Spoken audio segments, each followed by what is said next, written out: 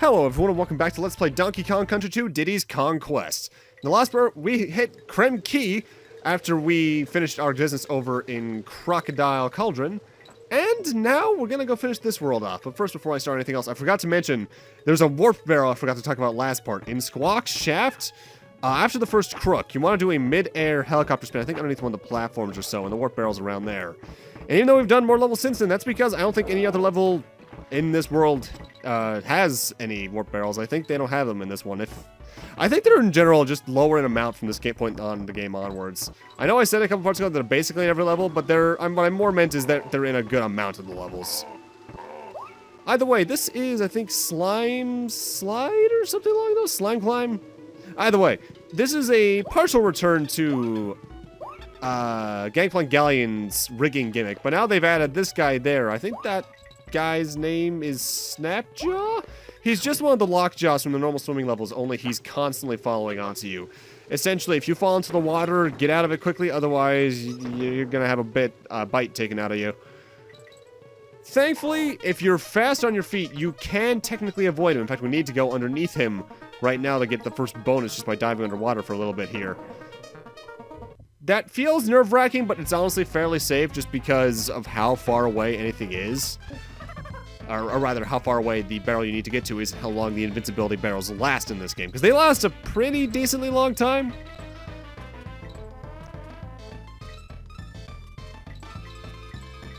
I do find it interesting that they just brought back this exact aesthetic set for Creme Key, but at least gave a reason for it due to the fact that there's a destroyed galleon in the world itself. It's a clever way to reuse assets while still making it feel like a new experience, I feel. Now, we've seen those little bug enemies a couple times before, and I think I've even used one as a projectile once, but they're a bit odd in the game, in that, as you can see, I've used them as projectiles. When you jump on them once, they just kind of crouch up on the floor like that, and then you can just throw them wherever you want. Because of that, they're actually one of the best enemies to see in the game, just because they give you a free shot at something else. Also, getting that N is surprisingly tough to time correctly if you're taking things a bit slowly. And admittedly, in my first playthrough, I had a lot more trouble with this level than I do now, because for some reason, my brain could not compute that the run button also makes you climb rope faster, because you do want to hold down the Y button whenever you're in this level. I don't know why I couldn't comprehend that, but I couldn't, and that's how I got to where I am, and oh god, the water! This is probably where the clobbers are probably at their most effective, is whenever they're on slides like that. But now I need to get ballsy. If you're wondering what that faint transition was, during the recording sessions that these were a part of, I actually got interrupted about 3 times across 2 hours, all of which while I was recording. So there's gonna be a couple of what's the word I'm looking for? Interruptions coming up. For the most part, they only happened in this world, but you're gonna see a couple going through the rest of the game too. This bonus is surprisingly tough for me to aim at for some reason. You just want to throw them from wherever the cannonball is. You don't want to jump higher or lower to try and aim better. Just wait for them to be within range and you should do completely fine. And there we go.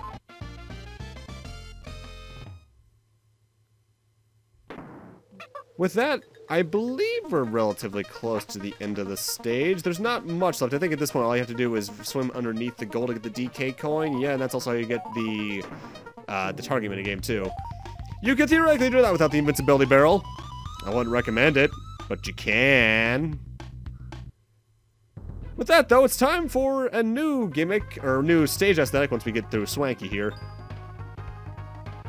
I do appreciate the fact that they gave you options to get extra lives through the world map without having to grind for them. Because these are surprisingly helpful if you get the questions right in your first playthrough. Although some of them, of course, do require prior knowledge through the K.O.N.G colleges, the K.O.N.G museums, or even Donkey Kong Country 1 in a couple of instances. With that, now it's time for the new stage aesthetic. And probably the fan favorite song from this game. Welcome to the Bramble levels. These are annoying. Essentially, everything around you is a damage field. Anything that looks spiky is, and you do not want to touch it. And every single one of these stages' main gimmick is firing yourself from barrel to barrel trying to find your way to the exit. They're annoying levels. With that said, their music, Sticker Brush Symphony, is beautiful. I don't think it's the best Donkey Kong Country song. I'm of the mindset that that's still aquatic ambience. But this is a great, great song. And it makes me sad that the first version of it I heard was the version in Smash Bros. Brawl. Not that that's a bad version, but it's only like the first portion of the song for the most part. It doesn't sound like a remix until you really pay attention to it. Which to some people I know is a musical critique to have, but honestly, I don't really mind because I think it's fun all the same. With that said, because this particular one is especially based around barrel mazes, I find myself getting lost around here looking for one of the bonuses every now and then. And yeah, this level can be annoying. And there's the first bonus. Which one is this again? Okay, yeah, this one. I guess that is something else I should mention. Most of the bonuses throughout the game are generally themed after the level challenges that you're already going through. Like, this is another one of those barrel mazes. But there are a couple that are just kind of generic, kill them all within a certain amount of time frame with this animal buddy and such, just because, hey, you had them in the level, right? And I am more of a fan of when they're themed to whatever the level's challenges were. Also, I completely forgot to mention this last part, I believe. But in the level with Glimmer, the little anglerfish that helps you out during the Dark Sea level, I think that was the last part. Actually, that may have been 2 parts ago now. Either way, the flashing white screen was removed in the Virtual Console release, as they did with a couple of games, just to make sure, you know, people didn't have epilepsies. And you know what? Good on that, Nintendo. With that said, playing the Super Nintendo versions has certainly kept that in, and my eyes might hate me for it, but oh well. Also, one of the easiest to miss letters is in this stage. The N for the Kong letters is located directly above this barrel, only I don't think the camera can ever see that unless you fire up accidentally. So, cool, I guess? One of the key things to this level, I guess, is taking your time and making sure you're not rushing through the button presses and messing up the timings with the barrels. With that said, though, sometimes the cycles just do not want to meet up when it comes to the bees, and then you might be waiting for a bit trying to get a fire across.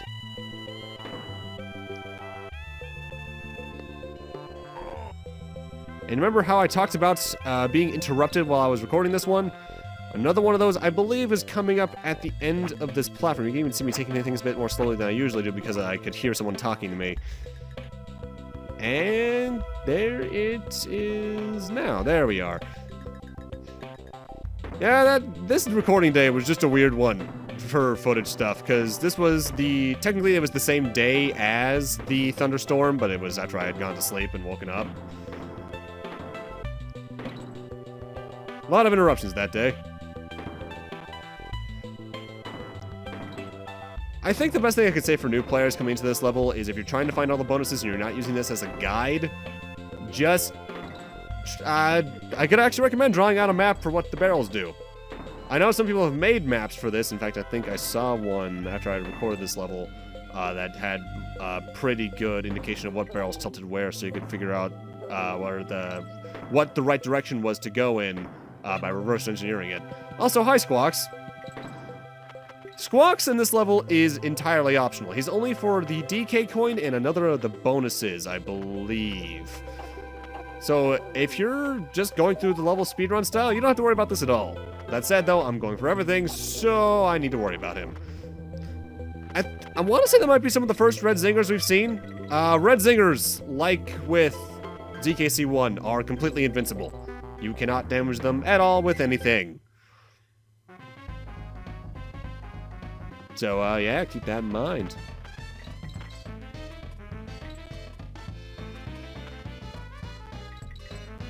I think the Animal Buddy-based challenges or bonus rooms are probably some of my favorite in the game just because they require an extension of your abilities, and being a Metroid nut, I love my abilities being extended anyway. However, sometimes I think they can be a bit rough on time with them. In particular, there's going to be some bonuses later on in the game that revolve around you using the Animal Buddies through those little barrels we saw last part that switch you into the Animal Buddy as like a playable character. And the transformation time of the barrel eats into your time, and if you're being a bit slow, that could cause the end of your bonus room. With that though, it's time for the boss of Creme Key, Kudgel's contest. Kudgel, or is it Kudgel? Either way, he's Clubba, the guy from the kiosk's cousin. He's just a sprite recolor. His strategy is pretty simple. He jumps up 3 times in the air. Each time he lands, he causes a little shockwave, so you need to make sure you're not standing on the ground so you don't get stunned, and if you're close to him, he'll hit you with his club. Upon the 3rd failed jump, he'll do a short jump which will cause a TNT barrel to spawn, in which case he'll jump in the center, and you need to hit him with it. 6 hits, and he's down. During his 2 phases, after every hit, he gets slightly faster with his jumps, so you need to adjust your timing accordingly. But otherwise, out of the bosses we faced thus far, barring Crow, I think he's probably the easiest. Yeah, he has a lot of range just due to his size, but at the same time, yeah. And that's what happens if you get stunned. Don't let that happen, especially on the 3rd jump. The 3rd jump is where he tends to use his club the most, I've noticed, but I swear I've seen him use it on the first 2. Phase 2 sees Kudgel change his pattern up completely. No longer does he do 3 large jumps, he now lands without a shockwave and then does 3 short jumps trying to land directly on top of you. After the 3rd one, he does his little short hop and the TNT barrel spawns. You can make him repeat his past mistakes. Every single one of the short hops still has a shockwave, so you need to be careful with that, but I don't think he outright attacks you unless you're right next to him after one. The speed of his jumps increases after every hit again, so make sure you're paying attention and you should be fine. Yeah, oh god. If there are banana coins in this boss fight, I honestly do not know where there are. They're probably somewhere you can just team throw up above the screen for, but I don't care to grab those. Either way, now let's get this TNT barrel, and that should be the... Okay, Kyle, really? Really? Yeah, if I'm not getting damaged, it's the fact that I'm just completely screwing up my playing that happens with me. There we go. And that's Creme Key. Has some annoying levels, don't get me wrong, just due to some of the small little sticks you have to stand on, but otherwise, easy boss fight. And world. And with that, we're on to my favorite world aesthetically, Krazy Kremland, but that's just me confirming that Creme Key has been completed. And Krazy Kremland has, I believe, our first honeybee level aesthetic. The big thing with this is that there's honey on the floors and walls that you can get stuck to. However, if it's on the walls, you can just wall jump off of it repeatedly a la Metroid. If it's on the floors, you just have to jump off it outright. You cannot walk on honey. I mean, you can walk onto the honey, but you can't walk off of it, I think is the best way to put it. And right at the start of the stage, we want to hit up so we can grab some bonuses. In the meantime, though, the bio for Krazy Kremland is what do Kremlings do for fun when they aren't making the K.O.N.G family's life miserable. They go to Krazy Kremland, the island amusement park. This area features roller coasters that are not only in extreme states of disrepair, but they're also haunted. More on that next part. I've always just really liked theme park aesthetic worlds, so this one just always really stuck out to me. It's another one that I really like of that aesthetic is, I want to say it was called Winter Park, from Sonic 4 Episode 2. I really like Sonic 4 Episode 2, even though Sonic Mania is a better Sonic 4, don't get me wrong. Sonic 4 1 and 2 are okay games. Not awful, but not great.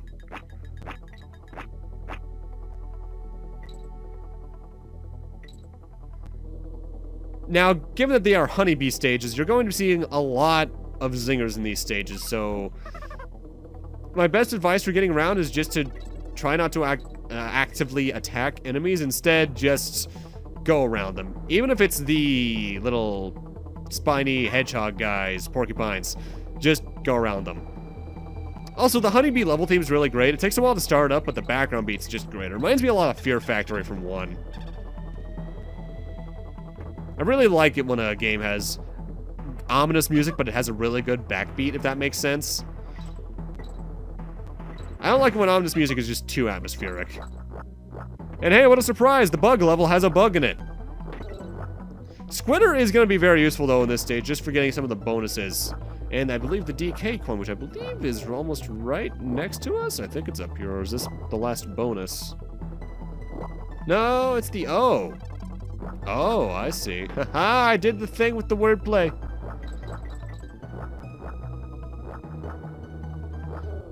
admittedly, these levels take on a whole new kind of gimmick when you're just playing with Squidder, because when you can just outright avoid all the honey, animal buddies aren't affected by honey at all. They can walk over it just fine.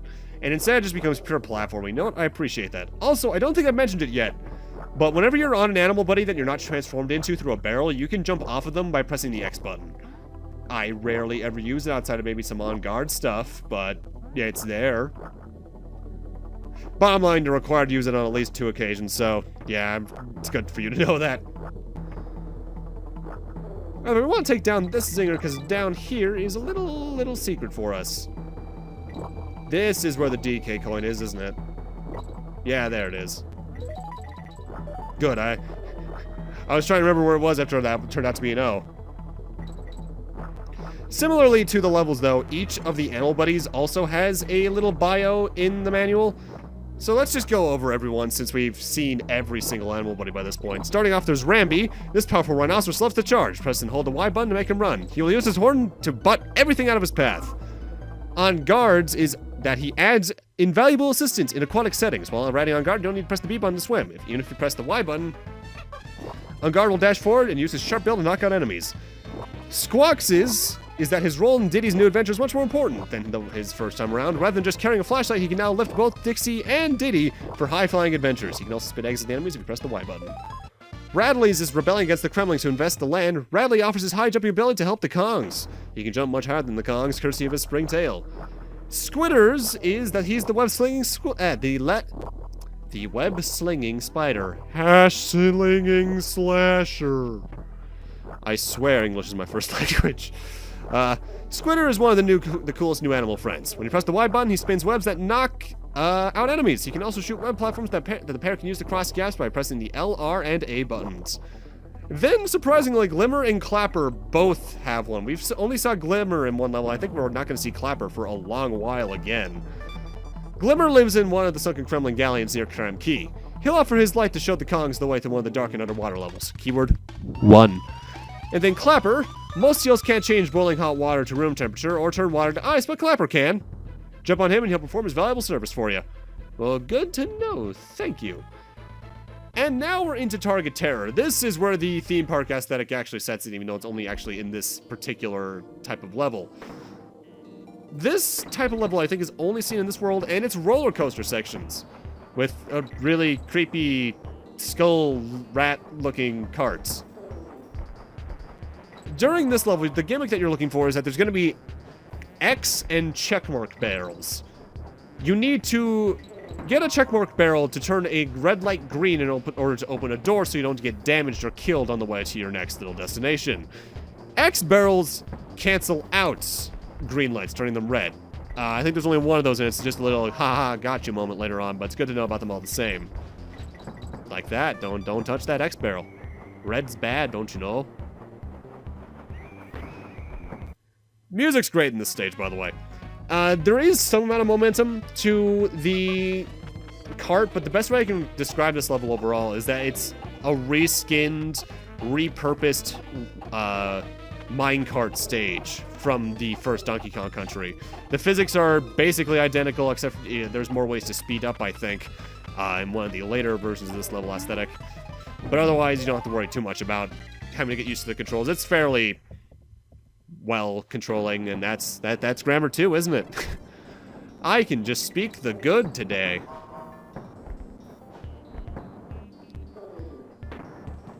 Now, in the Game Boy Advance version, this and another level of this particular aesthetic was actually changed a little bit, in that they made the background imply that this takes place more at sunset or evening rather than night. And speaking of things that were changed or lost in total, something that's apparently in the game's coding is similar to the animations that play with Donkey and Diddy when you fail a bonus room in Donkey Kong Country 1. Those also exist in this game, but only in the code. They're not actually used, and it looks like Diddy basically walks away with his hat in his hands, and Dixie just kind of pummels the ground angry. It's interesting that those are there because it makes me wonder why they didn't get used. Probably because bonus rooms always end with you walking off screen. But if they weren't for that, they would probably be used for the target minigame, and I guess they didn't want you to make you feel like you failed after beating a level that was really hard. I mean, I can get it. Either way, with this, we're actually right near the end of the stage. Overall, the stage is fairly self-explanatory. The bonus is one of the easier ones to find, as is the DK coin, even though it's mostly hidden by a foreground element. But overall, I got it. And with that, I'm going to need to end this off here. Thank you guys for watching. And in part 5, we're going to be continuing on with Krazy Kremland. I'm not actually sure if we're going to beat it, but if we do, hey, cool. See you guys then.